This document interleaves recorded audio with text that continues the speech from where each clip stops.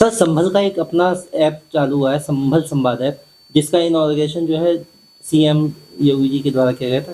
क्या है सर, उससे क्या लोगों को फायदा होता है? संभल संवाद ऐप जनपद संभल प्रशासन द्वारा एक डिजिटलाइजेशन की पहल है, जिसका उद्घाटन माननीय मुख्यमंत्री महोदय द्वारा 7 अगस्त 2025 को किया गया था। इसमें जनपद संभल से संबंधित समस्त सूचनाओं को एक साथ दिया गया है, जिसमें प्रत्येक सरकारी कार्यालय, विद्यालय, चिकित्सालय और जितनी भी जनपद संभल में विभिन्न प्रकार की सुविधाएं हैं, सबका उल्लेख इसमें किया गया है।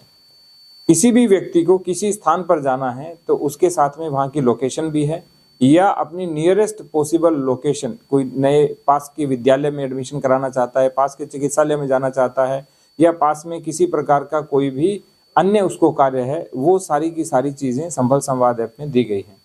दूसरा, किसी भी व्यक्ति को कोई शिकायत है, वो शिकायत भी इसमें दर्ज करा सकता है, क्योंकि एक ऐप के अंदर हमने कंप्लीट सॉल्यूशन दिया है।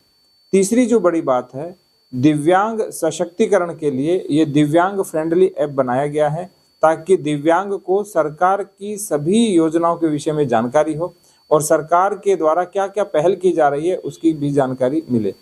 चौथा, इस पर विभिन्न वीडियो लिंक्स और विभिन्न योजनाओं की विस्तार से जानकारी डाली गई है, ताकि प्रत्येक व्यक्ति इनको देख सके।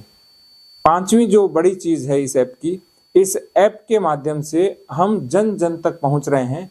हमारी जो डीपीएमयू के माध्यम से मॉनिटरिंग होती है और मोबाइल वैन के माध्यम से हम प्रत्येक गांव के अंदर ग्राम चौपाल में इस ऐप को चलाते हैं और प्रत्येक ग्रामीण को बताते हैं कि शासन के द्वारा क्या क्या योजनाएं चल रही है और संभल संवाद ऐप को आप किस किस तरह से खोल सकते हो।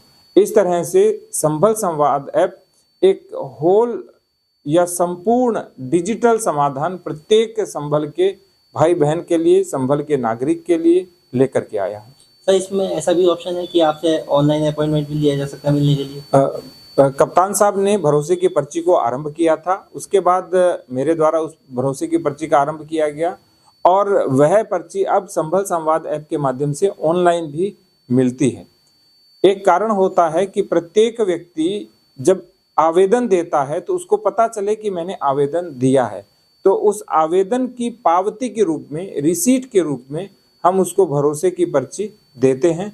2 पर्चियां रहती है, एक आवेदन के साथ लगती है और एक आवेदनकर्ता के साथ जाती है। उसके अतिरिक्त हम यह भी लिखवाते हैं कि उस व्यक्ति ने कहाँ कहाँ किस किस कार्यालय में भ्रमण किया है हमारे कार्यालय में जाने से पहले। तो हमारे द्वारा प्रयास किया जाता है कि यदि उसकी समस्या माननीय न्यायालयों के अंतर्गत नहीं आती है या समाधान हो सकने लायक है, तो 100% उसकी समस्या का समाधान हमारे स्तर पर हो जाए। इसीलिए भरोसे की पर्ची के अंतर्गत जितनी समस्याएं आई, तो यदि पिछले 15 दिन की समस्याओं को छोड़ दें, उससे पहले की 100% जेन्युइन और सही समस्याओं का समाधान हमारे द्वारा किया गया है। सर ये प्रदेश का पहला ऐप होगा किसी जनपद का अपना? ऐसा नहीं है। जब मैं अयोध्या का ऐप देखा हमने, उसी के आधार पर इसको विकसित किया था। आगरा का भी ऐप बना हुआ है, तो कई जनपदों ने ऐप बनाया है और उसी दिशा में हमारी भी एक पहल है, क्योंकि माननीय प्रधानमंत्री महोदय ने आह्वान किया था डिजिटल इंडिया का। तो डिजिटल इंडिया तब साकारित होता है जब पूरे जनपद के प्रत्येक कार्यालय, प्रत्येक सूचना और प्रत्येक जो लोकेशन है किसी एक व्यक्ति की मुट्ठी में हो। तो जो संभल संवाद ऐप है वो प्रत्येक व्यक्ति के हाथ में, उसके घर में सारी की सारी सूचनाएं लेकर के आया है।